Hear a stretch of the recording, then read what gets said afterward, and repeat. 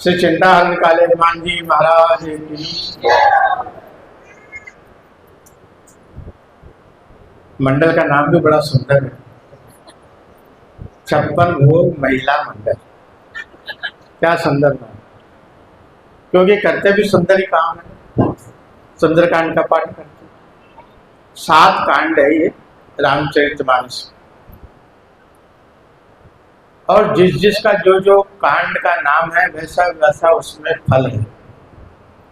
किसी का संतान नहीं हो तो बाल कांड का पाठ है,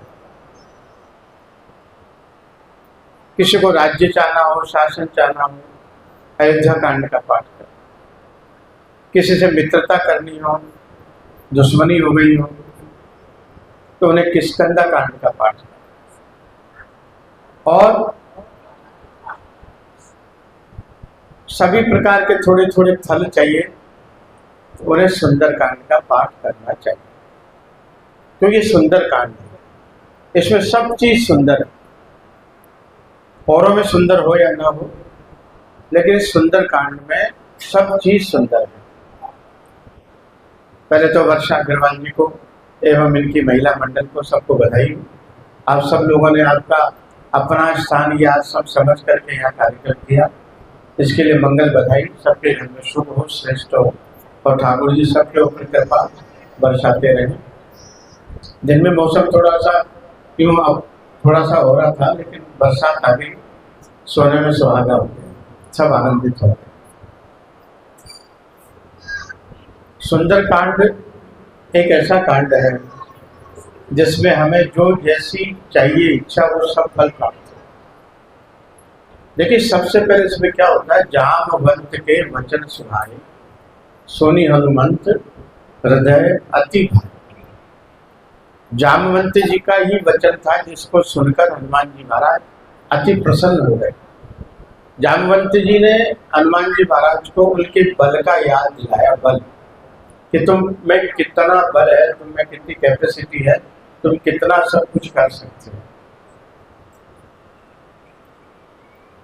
सुंदरकांड के पाठ से 4 चीजें प्राप्त होती, धर्म, अर्थ, काम और मोक्ष। चारों फल इस सुंदरकांड से प्राप्त होते।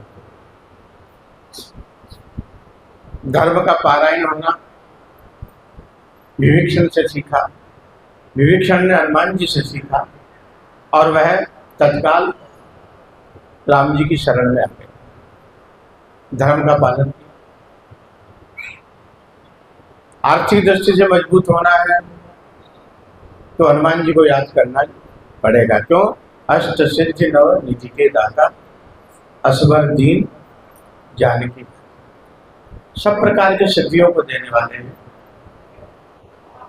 और सांसारिक कामनाओं की पूर्ति भी करने वाले हैं, वो केवल हनुमान जी महाराज। अच्छे मार्ग पे ले जाने वाले हनुमान जी महाराज। और कलयुग में तो साहब यदि किसी को कुछ चाहिए तो केवल हनुमान जी की आराधना करें। और सुंदर कांड तो एक ऐसा कांड है जिसके पाठ के करने से मनुष्य के जीवन में खुशहाली आती है। जो लोग घर में शनिवार को या मंगलवार को तिल्ली के तेल का दीपक जला करके हनुमान जी के आगे और सुंदर कांड का पाठ करते हैं, तो जिस कामना का संकल्प करके करते हैं, श्री हनुमान जी महाराज उनकी निश्चित रूप से पूर्ति करते हैं। और सबसे बढ़िया बात है, कलयुग में केवल 2 देवताओं का पूजन विशेष रूप से होता है, एक खाटू नरेश श्याम बाबा का घर घर में, और एक हनुमान जी महाराज। हनुमान जी महाराज बड़े दयालु हैं, कृपालु हैं, सहज है, सरल है, और आसानी से प्राप्त हो जाते हैं। 7 चिरंजीवों में से श्री हनुमान जी महाराज भी एक है चिरंजीव। राम जी ने कहा लो चलो मेरे साथ चलते हैं, पर स्वर्ग में चलते हैं। तो हनुमान जी महाराज ने कहा कि भाई वहां क्या है? कहते वहां मनुष्य को कुछ करने की इच्छा ही नहीं होती है, सब कुछ अपने आप मिल जाता है। तो कहते वहां भक्ति है, कथा है? कहते ना कोई भक्ति है ना कोई कथा है। तो फिर हनुमान जी महाराज राम जी से कहे, प्रभु जहाँ आपका नाम नहीं है, जहाँ आपकी भक्ति नहीं, वहाँ जाकर के मैं क्या करूँगा। मुझे तो इस युग में ही रहने दो, इस पृथ्वी पे ही रहने दो, क्योंकि यहाँ सब जगह आपकी कथा का श्रवण होगा, कथा सुनूंगा मैं और आपके नाम का सुमिरन करता रहूंगा। तो हनुमान जी महाराज ने कहा कि जब मैं स्वर्ग में कुछ प्राप्ति नहीं संभव है तो कलयुग में ही मैं रहूंगा। हनुमान जी ने मृत्यु रूप में रहा और उन्होंने चिरंजीव का वरदान दिया। इसलिए जहाँ जहाँ भी राम जी की कथा होती है, पूजन पाठ होता है, वहाँ वहाँ श्री हनुमान जी महाराज पधारते हैं। और आपने तो सुंदरकांड का पाठ करके सबका जीवन का कल्याण किया है। पुनः मैं आपको एक बार और सबको धन्यवाद देता हूँ। आप सब लोग हनुमान चालीसा का भी पाठ किया करें, घर में भी किया करें। एक छोटा सा संदेश और देता हूँ आपको कि घर में रोज कीर्तन करने की एक आदत डालते हैं। हरे कृष्ण कृष्ण कृष्ण हरे हरे, या सीताराम राधे श्याम राधे श्याम।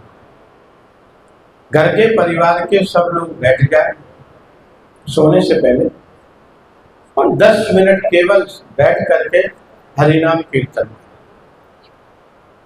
और हरिनाम कीर्तन करने से क्या होगा, घर में नकारात्मकता का प्रभाव धीरे धीरे खत्म हो जाएगा, सुख समृद्धि हो जाएगी, चैतन्यता आ जाएगी। हमारे गुरुदेव कहा करते थे, कोई पूछने जाता है, महाराज हमारे तो सासू बहू की लड़ाई बहुत होती है, बहू तो मेरे से रोज लड़ती रहती है, मेरा तो खाना दुश्वार हो गया है।